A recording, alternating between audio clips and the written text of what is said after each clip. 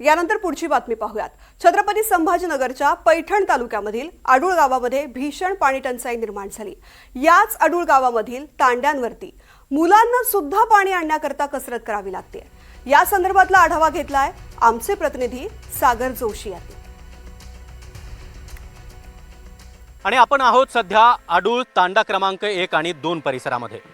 या तांड्यावर साधारण 250 घरांची वस्ती आहे आणि या 250 घरांसाठी पाणी पुरवठा करणारी केवळ एकमेव विहीर आहे आणि या विहिरीवरच या संपूर्ण कुटुंबाची तहान भागते। आणि मात्र हे पाणी भरण्यासाठी या प्रकारे अशा महिलांना अशा प्रकारे आपण पाहतोय की भर उन्हामध्ये या ठिकाणी पाणी भरण्यासाठी या विहिरीवर यावं लागतं। या विहिरीने देखील तळ गाठलेला आहे, मात्र आपण पाहतोय की या महिलांसोबत लहान मुलं देखील आपल्याला पाहायला मिळतात। डोक्यावर हंडे घेऊन अक्षरशः हे भरलेले हंडे एक नव्हे तर 2-2 हंडे घेऊन ही लहान मुलं सुद्धा पाणी भरण्यासाठी इथं दाखल झालेली आहेत। कामधंदे सोडून या महिलांना या ठिकाणी पाण्यासाठी वणवण करावी लागते। सकाळपासनं कमीत कमी एका घरात 3 ते 4 जरी माणसं म्हटली तरी त्या प्रत्येकासाठी कमीत कमी 50 लिटर पाणी लागतं आणि हे 50 लिटर अर्थात जवळपास 200 लिटर पाण्यासाठी या महिलांना दिवस रात्र अशा प्रकारे याच विहिरीवर पाणी भरण्यासाठी यावं लागतंय। महत्त्वाची बाब म्हणजे या विहिरीवर रहाट नाहीये आणि त्यामुळे अशा प्रकारे पाणी शेणण्याची वेळ त्यांच्यावर आली येते आहे।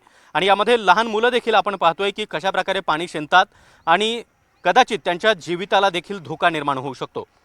काही माध्यमांनी ही बातमी दाखवली आणि त्यानंतर या ठिकाणी प्रशासनानं टँकर पुरवठा केला, मात्र अवघे 1 ते 2 दिवस या ठिकाणी टँकर पुरवठा झाला आणि पुन्हा एकदा या तांड्यावर ही माणसं ही कुटुंब तहानलेलीच आहेत आणि अशा प्रकारे त्यांना दिवस रात्र फक्त पाण्यासाठी पायपीट करावी लागते।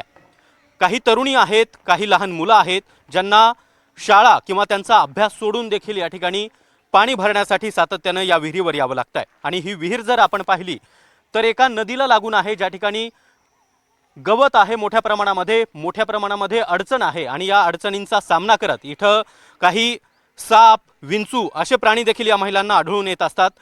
या सगळ्याची तमा न बाळगता, या सगळ्याची काळजी न करता त्यांना या विहिरीवर अशा प्रकारे पाण्यासाठी रात्रंदिवस वणवण करावी लागते, भटकंती करावी लागते।